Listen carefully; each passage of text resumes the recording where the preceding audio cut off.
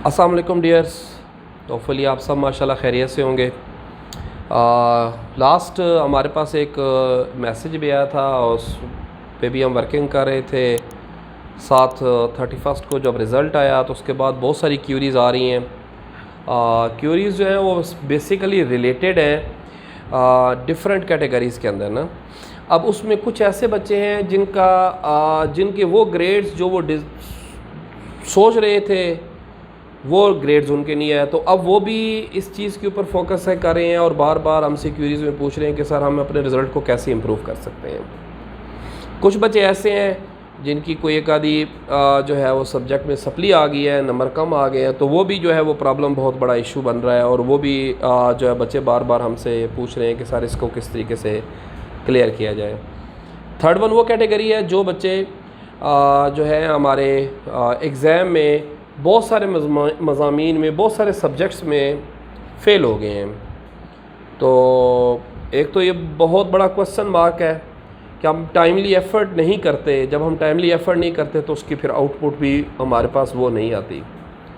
तो ये जो डेफिशिएंसीज़ हैं बेटा, इसको एफिशिएंसी में तभी कन्वर्ट किया जा सकता है कि आप सोचने के साथ साथ वर्किंग करना शुरू करें, प्लान करें, एफ़र्ट करें और इस एफ़र्ट को ऑर्गेनाइज़ कर दें, तो फिर ये आपका रिज़ल्ट बहुत अच्छा हो जाएगा। आपको पता होना चाहिए कि बोर्ड ने अब जो आप बच्चों के लिए मेरे ख़्याल में किसी हद तक ये आसानी क्रिएट कर दी है कि बोर्ड ने अब फर्स्ट एनुअल सेकंड एनुअल के नाम से एग्ज़ाम को डिवाइड कर दिया है।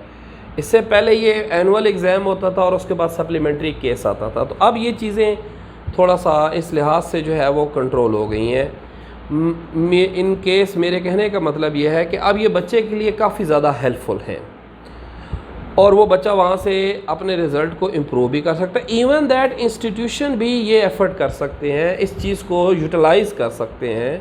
हमारे इदारे जो हैं जो बोर्ड से एफिलिएटेड हैं वो जब ये समझते हैं कि लाइक दैट मार्च में वो बच्चे जो अच्छे तरीके से एग्ज़ाम में अपीयर नहीं हो पा रही, उनका रिज़ल्ट अच्छा नहीं आएगा, वो फ़ेल हो जाएंगे, तो आप उनका रिज़ल्ट रोक लें, आप उनको एग्ज़ाम में अपीयर होने ना दें, आप उनको सेकंड एनुअल में अपीयर करवा दें। तो ये नहीं कि ये जो अपॉर्चुनिटी है ये स्टूडेंट के पास नहीं है, ये इंस्टीट्यूशन के पास भी मौजूद है। तो आज बेसिकली मेरा जो मकसद है वीडियो बनाने का वो आप लोगों को ये सारी चीज़ों का आइडिया देना है कि हम कैसे जो है वो अपीयर हो सकते हैं एग्ज़ाम के अंदर और वो कौन कौन से स्टेप्स हैं जो हम फॉलो करेंगे तो ये हम बहुत आसानी से जो है हम उसमें अपीयर हो जाएंगे। अब बेटा जी हमारे पास जो है ना वो ऑप्शन जो था उसके लिए मैंने जो सिलेक्ट किया वो है रावलपिंडी बोर्ड को। तो आप गूगल में जाएं, आप वहाँ पे सिंपली मेंशन करें BISC। जब आप इसको इंटर करेंगे तो आपके पास, बल्कि इसके साथ आप मेंशन कर दें BISC रावलपिंडी, तो आप इसको डायरेक्ट ओपन कर लेंगे। तो आपके पास रावलपिंडी बोर्ड की डायरेक्ट मेन आपके पास जो है ना उसका डैशबोर्ड ओपन हो जाएगा। अब मेन पेज से आपने कहीं नहीं जाना, आप मेन पेज पे ही रहें। यहाँ पे आपके पास नोटिफिकेशन मेंशन है SST2 एनुअल एग्ज़ामिनेशन और उससे रिलेटेड एक इम्पॉर्टेंट अनाउंसमेंट भी है, आप उसको क्लोज़ कर दें। और इसमें आप जब देखेंगे तो इसमें मेंशन है रेगुलर अप्लाई और प्राइवेट अप्लाई में।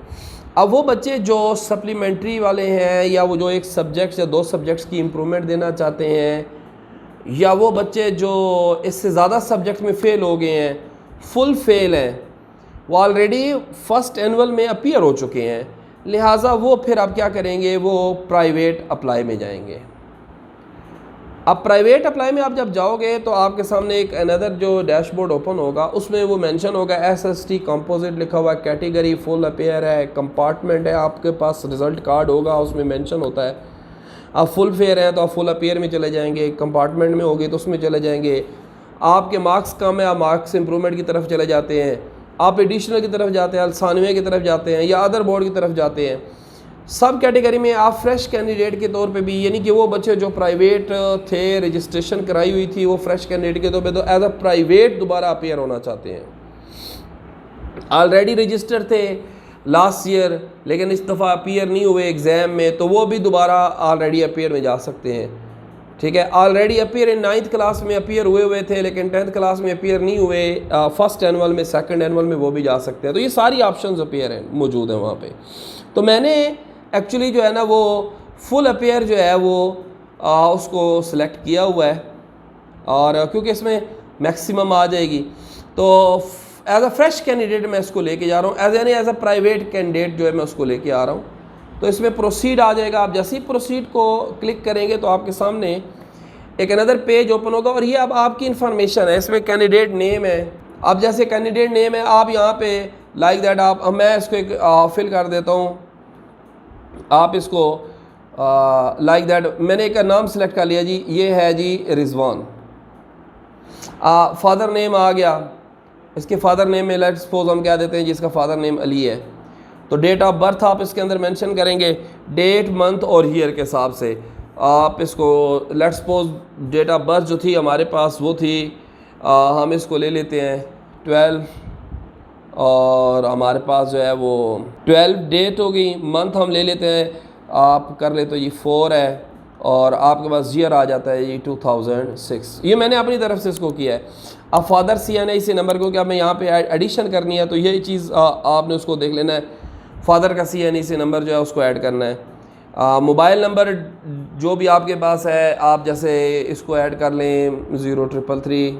फादर नेम CNIC नंबर था तो आपको पता है वो 4 डिजिट्स, लेकिन ये विदाउट आपने उसके हैश के साथ उसको इंटर करना है। ठीक है, आप उसको कह देते हैं जी ये 222 और इसी तरह ये सारे, यानी कि वो सब खुद ब खुद उसको क्रिएट करता जाएगा। अब ये यहाँ पे बहुत बड़ा इशू है बेफाम नंबर पे, अक्सर बच्चों का यहाँ पे प्रॉब्लम आ जाता है। बेफाम नंबर आप अपना जो फॉर्म बे है उसमें देखें, आपके नाम के नीचे जिस तरह ID कार्ड का नंबर होता है वैसे ही एक नंबर गिवन है, आप उस नंबर को चेक करें और उस नंबर को आप जो है वो यहाँ पे मेंशन, मैं एक्सपोज कर रहा हूँ ये 33333 इसको मेंशन कर दिया।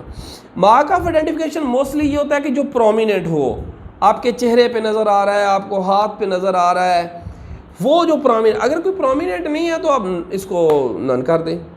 स्पेशलिटी से मुराद ये होती है कि आपके पास कोई स्पेशलिटी से मुराद ये है कि आप इसको क्लिक करें, आप प्रिजनर हैं, बोर्ड एम्प्लॉई है, ब्लाइंड राइटर है, और उसके बाद डिसेबल्ड है, ये उस सेंस में आता होता है, ताकि आपको फिर क्या होती है, आपको फिर सपोर्ट मिलती होती है। बोर्ड एम्प्लॉई है तो फिर वो उसके लिए स्पेसिफिक कंडीशन अप्लाई करे। आप ब्लाइंड है फिर उसके लिए होता है, ब्लाइंड है, राइटर आपको चाहिए होता है, तो ये उस कंडीशन के लिए होता है। तो आपको इसके साथ सर्टिफिकेट भी चाहिए होता है, तो आपने इस चीज़ को थोड़ा सा जो है ना वो स्किप कर देना है। अगर आप ठीक ठाक हैं तो अल्लाह ताला आपको सलामत रखे। तो आप इसको जेंडर में आप आगे मेल और फीमेल, रिलीजियस आपके पास आ गया, नेशनैलिटी रीजन अर्बन है, अर्बन से मुराद शहरी इलाका होता है और रूरल से मुराद देहाती इलाका होता है, तो इसको मेंशन कर लें। मीडियम आप ऐसा, ये बहुत इंपॉर्टेंट चीज़ होती है।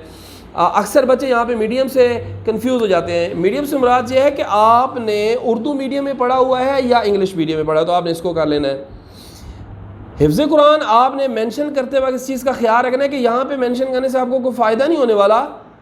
आप अगर इसको हिफ्ज़ कुरान में मेंशन करते हैं यस तो वो मेंशन होके आ जाएगा, देन उसके बाद आपने क्या करना होगा, आपने फिर इसका एक टेस्ट देना होता है। टेस्ट देने के बाद फिर वो आपके 15 मार्क्स की एडिशन आपकी होती है। अब इसके बाद आपका पोस्टल एड्रेस आ गया, लाइक दैट हम इसको मेंशन कर देते हैं, ये आप इसको ले लीजिए, ये फैसल कॉलोनी, ठीक है। आगे आप इसको, मैं तो क्योंकि एक्चुअली रावलपिंडी में बैठा हुआ हूँ तो मैं रावलपिंडी से इसको कर रहा हूँ, तो आप इसको इसी तरह कर लें, ये रावलपिंडी है, आप इसको कर लें। देन उसके बाद आपके पास ये आपने करने के बाद प्रपोज्ड एग्ज़ाम सेंटर आ गया। ये बहुत अच्छी तरीके से और केयरफुली इसको फिल करना है, क्योंकि ऐसा नहीं होगा जो आप मेंशन करेंगे वही कुछ आ जाएगा, लेकिन आप मेंशन करेंगे तो नियरेस्ट उसके आएगा। डिस्ट्रिक्ट बड़ा इंपॉर्टेंट। अब डिस्ट्रिक्ट से मुराद ये है कि आप किस डिस्ट्रिक्ट में रहते हैं, तो आप इसको सिलेक्ट करें। अब अगर आप लाहौर के हैं तो लाहौर के डिस्ट्रिक्ट में आपके पास वहाँ पे सारा वो मेंशन हुआ होगा कि आपकी कौन सी डिस्ट्रिक्ट है, वो उसी लिहाज से आपके पास, ये नहीं कि जिस बोर्ड के अंदर आप अप्लाई कर रहे होंगे वो डिस्ट्रिक्ट उसी लिहाज से आप मेंशन होगा। अब जैसे मैं यहाँ पे जो रावलपिंडी बोर्ड है उसको जो डिस्ट्रिक्ट लग रही है वो अटक है, चकवाल है, जेलम है, तलाकंग है, मरी है, तो मैंने इसको रावलपिंडी को सिलेक्ट कर लिया। अब इसके बाद आपने देखा कि आपके पास स्टडी ग्रुप कौन सा था, स्टडी ग्रुप साइंस है, तो आप साइंस सेलेक्ट कर दें। और अगर आपने आर्ट्स में लिया हुआ है सिलेक्शन, ह्यूमैनिटीज़ है तो उसमें ले लें, दर्स निज़ामी है तब भी आप ले लें। सो मैंने साइंस ग्रुप सेलेक्ट कर दिया। अब इसके बाद ये सारे सब्जेक्ट्स उसके अंदर मेंशन है। अब इसके अंदर ऑप्शनल सब्जेक्ट्स मौजूद हैं, जैसे अगर आपने ऊपर मुस्लिम में थे और आपने वहाँ नॉन मुस्लिम कंसिडर सेलेक्ट किया हुआ है तो फिर यहाँ पे इस्लामियात की जगह पे आपको ऑप्शन मिलेगा, ठीक है, और आपने फिर उस ऑप्शन को सिलेक्ट करना है। ये अभी मेरे पास इस्लामियात इस वजह से कि मैं ऊपर से मुस्लिम कंसिडर सेलेक्ट करके हूँ। अब इसी तरह साइंस की कैटेगरी में बायोलॉजी के अंदर फर्दर ऑप्शन है कि आप कंप्यूटर साइंस सेलेक्ट कर सकते हैं, तो आप कंप्यूटर साइंस सेलेक्ट कर लें अगर आप बायोलॉजी के हैं या नहीं है। यह ख़ास ख्याल करना है इस फॉर्म को फिल करते वक्त, और देन इसके बाद आपने इसको सेव कर देना है। जैसे आप सेव करेंगे आपके पास इसके साथ एक चालान फॉर्म आपका जनरेट हो जाएगा। एक बहुत इंपॉर्टेंट चीज़ है जो मैंने आपको बतानी है, जो अक्सर बच्चे जो है वो इस चीज़ को थोड़ा सा प्रॉब्लम क्रिएट कर रहे होते हैं। अक्सर यहाँ पे आके बच्चे फंस जाते हैं। वो जो थी शुरू में, ये आपकी पिक्चर है, पिक्चर पे ख़ास क्या रखना है कि आपने पिक्चर जो है जो भी लेनी है, कंप्यूटर आपने अपने मोबाइल से ली है तो इसके बैकग्राउंड का कोई इशू नहीं है, बट यहाँ पे आपके पास आपको पता होना चाहिए कि ये 2 KB मैक्सिमम जो है ना ये इसको एक्सेप्ट करता है बोर्ड वाली आपकी जो साइट है। तो आपने इससे बड़े साइज़ की पिक्चर जो है वो यहाँ पे अपलोड नहीं करनी। तो उसके लिए आप इमेज साइज रिड्यूसर वगैरह एक मिलता है सॉफ्टवेयर आपको मोबाइल में, इजीली आप गूगल प्ले से उसको कर लेते हैं। उसमें आप इमेज साइज रिड्यूस करके इसको 15 KB राउंड अबाउट इस तरह ले आए और यहाँ पे इसको, तो यहाँ पे जैसे आप इसको सेव करेंगे तो आपके पास ऑटोमेटिकली फिर इसके साथ क्या होगा, आपका फॉर्म जनरेट हो जाएगा और उसके साथ पीछे आपके पास उसका चालान फॉर्म निकल आएगा। फ़ी जो है वो मैं आपको इसकी डिस्क्रिप्शन में बाद में आपको बता दूंगा कि फ़ी की क्या सिचुएशन है, उसको आपने किस तरीके से, कितनी फ़ी होगी। आपकी सप्लीमेंट्री है तो आपकी सप्लीमेंट्री अगर आपने 10th की दी है तो उसकी कितनी होगी, 9th की कोई है सब्जेक्ट की तो उसकी कितनी होगी, और अगर आप फुल अपेयर हो रहे हैं तब कितनी होगी, और अगर आप फुल अपेयर फर्स्ट टाइम हो रहे हैं तो फिर उसमें एडिशन आ जाती है, प्रोसेसिंग फ़ी आ जाती है, रिज़ल्ट कार्ड की फ़ीस होती है तो वो भी साथ उसमें ऐड होती है। तो वो सारी फ़ी वगैरह मैं इसको बाद में आपको इसके वीडियो के एंड पे उसके आपको मेंशन कर दूंगा। अब इसके साथ साथ जो था ना, मैंने आपको ये बताया था कि ये वीडियो जो है वो मैंने जो है वो स्पेशली बनाई है, इसको स्पेशली कंसिडर किया है मैंने। इंस्टीट्यूशन भी इसके ऊपर जो है वो क्या कर सकते हैं, अप्लाई कर सकते हैं। अब इंस्टीट्यूशन के जो जिन इंस्टीट्यूशंस में आपके बच्चे पढ़ रहे थे लेकिन उन्होंने आपका एडमिशन नहीं भेजा, तो आपको अगर वो ये कह रहे हैं कि जी अब हमारे पास हम नेक्स्ट एनुअल में एग्ज़ाम दे देंगे, तो आप उन्हें कहें कि आपके पास अपॉर्चुनिटी है, आपके पास बोर्ड की वेबसाइट पे ये ऑप्शन मौजूद है। तो जैसे ही हम मेन पेज ओपन करते हैं तो यहाँ पे एक ऑप्शन आता है, ऊपर गिवन है रेगुलर, तो आप रेगुलर को अप्लाई करें, उनसे कहें कि उस रेगुलर में अप्लाई करें। अब इसमें आप देख रहे होंगे लॉगिन पासवर्ड आ रहा है। यहाँ पे लॉगिन पासवर्ड जब आता है तो ये एक्चुअली क्या होता है, ये इंस्टीट्यूशन को बोर्ड वाली साइट की तरफ से एक पासवर्ड दिया जाता है और लॉगिन नंबर दिया जाता है, तो आप वहाँ से भी इसको क्या कर सकते हैं, अप्लाई कर सकते हैं।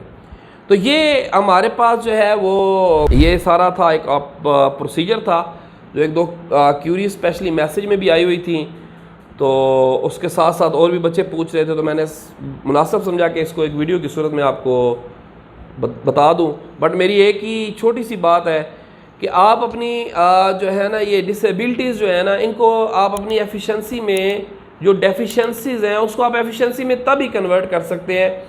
प्रॉपर प्लान करें, प्रॉपर एफर्ट करें, ऑर्गेनाइज्ड एफर्ट करें, तो फिर इंशाल्लाह ताला बहुत अच्छा रिजल्ट आता है। एक बहुत अच्छा चांस है जिन बच्चों ने मार्क्स इंप्रूवमेंट करनी है, तो आप पहले टारगेटेड हों कि आपने किस सब्जेक्ट में इंप्रूवमेंट करनी है, तो तब इंप्रूवमेंट होगी, और उसके लिए स्पेसिफिकली अपनी आपको प्रिपेयर करें। बहुत शुक्रिया, थैंक यू।